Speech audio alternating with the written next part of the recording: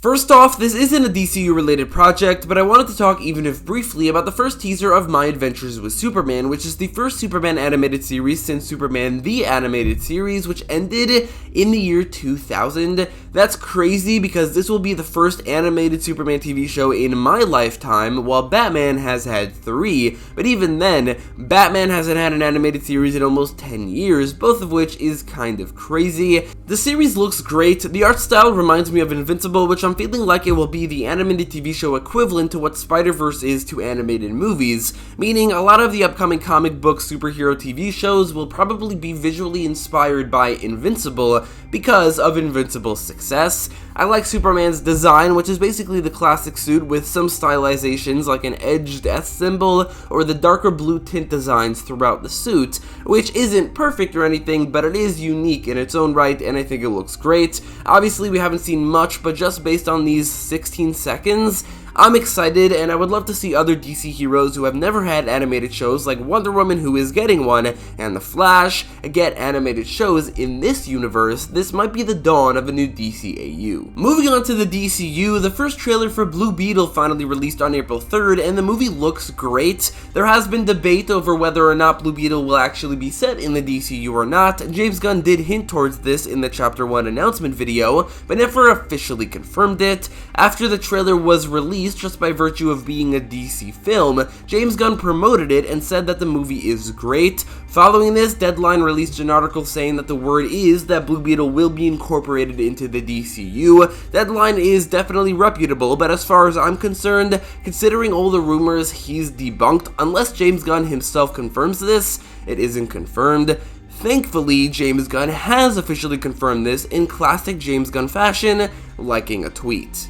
This tweet, expressing excitement at seeing Blue Beetle interacting with the other characters in Gunn's DCU, was liked by Gunn in an act of official confirmation that the new DCU will begin on August 18th, 2023, with the release of Blue Beetle, which is certainly interesting. This further points towards the DCU being quite a ways down the timeline, with both Dan Garrett and Ted Kord having been Blue Beetle in the past and are probably dead, and Jaime Reyes is the current Blue Beetle. This also draws a nice comparison with the MCU, as like Iron Man, the first movie in the MCU, Blue Beetle is a high-tech flying suit of armor based B-list superhero who starts off the cinematic universe, and hopefully this produces the same level of success. I will say, I definitely initially thought that Blue Beetle's induction into the DCU will be completely determined by its success, but I'm glad that doesn't seem to be the case. In fact, I think after The Flash releases and resets the universe, they should include it in all the marketing. In all the marketing, they should point out how Blue Beetle is the first movie in this universe,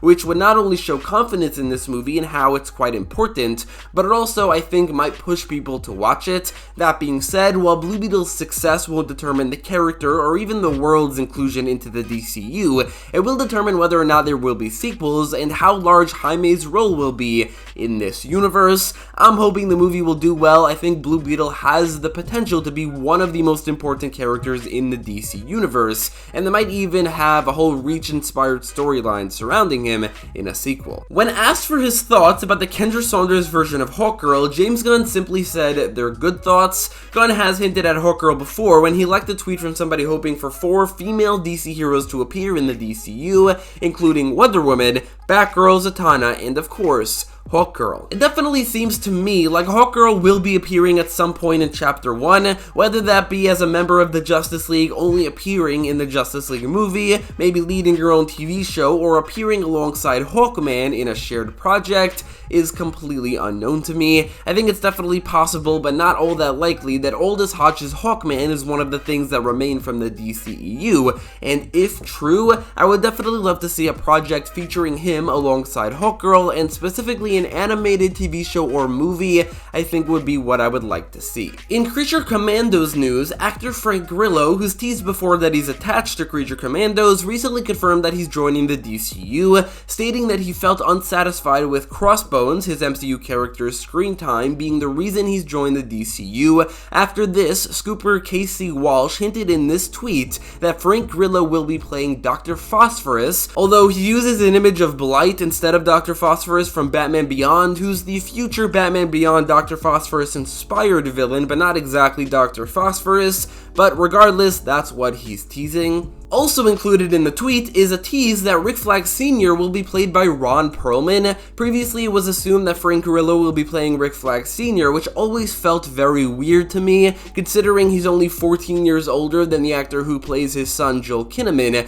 and also they're two completely different ethnicities, and you can tell. Ron Perlman makes much more sense. He's in his 70s, he's a good 30-ish years older than Joel Kinnaman. He isn't Swedish, but he definitely can pass as Scandinavian, and all things considered, he definitely is a lot more believable as the casting for Rick Flag's father, especially compared to Frank Grillo, which I just never bought. 72 years old does make me think that he'll probably only ever be physically active in animated content like Creature Commandos, or maybe even that he'll die in Creature Commandos. I guess we'll just wait and see. Insider scooper Jeff Sneider had an interview where he gave us a lot of details, what he's heard. They're mostly rumors, maybe some of them are scoops, but none of this is confirmed. However, it all seems to be legit. He said that there are 25 total projects in development for the DCU right now, and that each chapter will last somewhere between 4 to 5 years, so I think we can expect Chapter 1, Gods and Monsters, to last up until the year 2030. He goes on to say that he heard one of the movies is Lobo, which was a project that was a part of a previous leak, but this makes it, I guess, a bit more specific, talking about a movie, not just a project, although like I said in a previous video, that's what I expected anyway.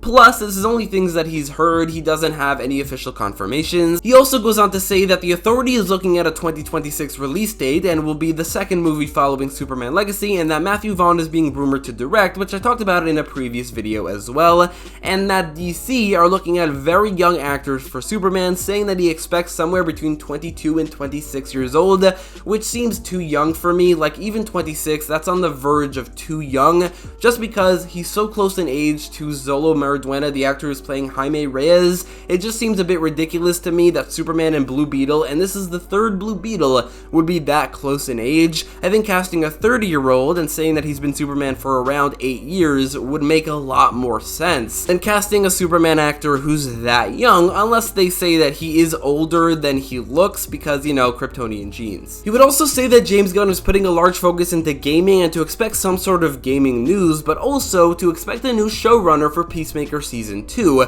just because of how Peacemaker doesn't seem to be a priority and James Gunn is focusing on so many other things. Although James Gunn actually addresses this. Somebody on Twitter asked Gunn if Peacemaker 2 is still happening, and he responded saying yes after Superman, which does imply that Jeff Sneider's assumption regarding Peacemaker getting a new showrunner to be false, at least based off of this tweet. It seems like James Gunn is completely putting Peacemaker on hold, and will wait until after finishing Superman Legacy to then go back to make Peacemaker Season 2, which isn't exactly news. Gunn basically said this before when talking about Waller, saying that the show will feature Peacemaker characters and will be set between the two seasons, which already implied that Peacemaker Season 2 won't come out until after Superman Legacy, because it's only being pushed off because James Gunn is busy. Regardless of this whole back and forth situation, I think that Peacemaker Season 2 coming out 3 years after Season 1 is ridiculous, even if the characters appear on Waller, and is a clear indicator as to what the DCU TV show structures will look like,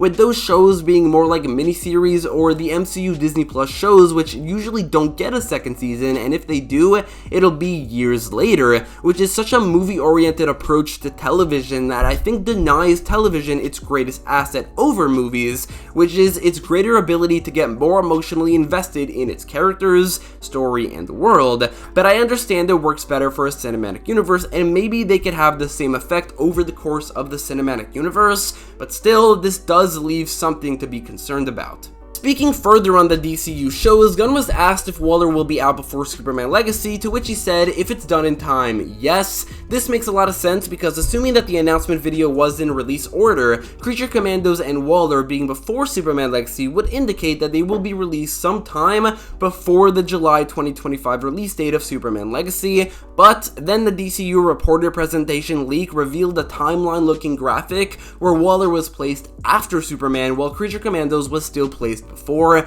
so it seems like Waller's release will be somewhere close to Superman Legacy, and depending on when it finishes production, it might come out before or after, and it doesn't matter for the structure of the chapter. Creature Commandos, on the other hand, will 100% come out before, not only because it was before in both the announcement video and the leaked graphic, but also it was recently confirmed by James Gunn in this tweet reply. Now, technically saying that Creature Commandos will be out before Superman Legacy gives it a range of being out sometime between tomorrow and July 10th, 2025, and in fact, I always thought a 2024 release was most likely, but I think this tweet does seem to indicate that the show will actually release sometime in the first half of 2025, which is not all that expected. If this is true, it will mean that 2024 won't have a single DCU release, which will mean it will be a year chock full of announcements and castings and teases and hyping up this new universe, which in and of itself is something to be excited about.